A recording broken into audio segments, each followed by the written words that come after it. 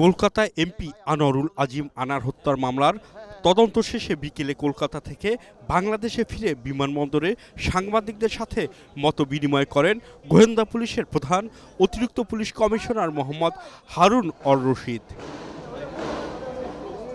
এ সময় তিনি বলেন, আনোয়ারুল আজিম আনারকে গত ১৩ই মে কলকাতার মাটিতে হত্যা করা হয়েছে।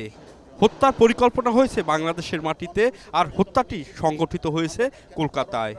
এই যে শিমুল ভুইয়া তাকে যে নিয়ে গেলেন ওই সঞ্জীবা গার্ডেনে, সেখানে উনি কি আবার নতুন ব্যবসায়ী সেজে তিনি নতুন ব্যবসায়ীর মানে মিথ্যা তত্ত্ব দিয়ে সেখানে নিয়ে গিয়েছিলেন কিনা আমরা কিন্তু সবগুলি কিন্তু, এবং আপনারা যারা সাংবাদিক ভাইরা আছেন আপনারাও অনেক ধরনের তথ্য আপনারা আমাদেরকে দিচ্ছেন, সব কিছু আমরা বিচার বিশ্লেষণ করছি। পাশাপাশি ইন্ডিয়ান পুলিশ এগুলো বিচার বিশ্লেষণ করছে। হঠাৎ করে কোনো একটা মোটিভ, কোনো একটা উদ্দেশ্য মানে স্পেসিফিক এই বলাটা এই মুহূর্তে সঠিক হবে না। কলকাতায় গ্রেপ্তার হওয়া আসামি যে তথ্য দিয়েছে তাও যাচাই বাছাই করা হচ্ছে বলেও জানান তিনি। এখানের অপরাধী যে আমাদের যা বলেছিল মূল ঘাতক, তার সাথে আমরা এখানে মিলানোর চেষ্টা করেছি এবং মিলিয়ে আমরা তার সাথে তার হুবহু মিলও পেয়েছি এবং তারা সেখানে কিভাবে অপরাধটি সংঘর্ষ সেই সম্পর্কে আমরা তথ্য পেয়েছি। আর স্বাভাবিকভাবে এই মাংসগুলি এভাবে ফ্লাশের মাধ্যমে যায় না, সেক্ষেত্রে আমরা মনে করছি তারই হবে।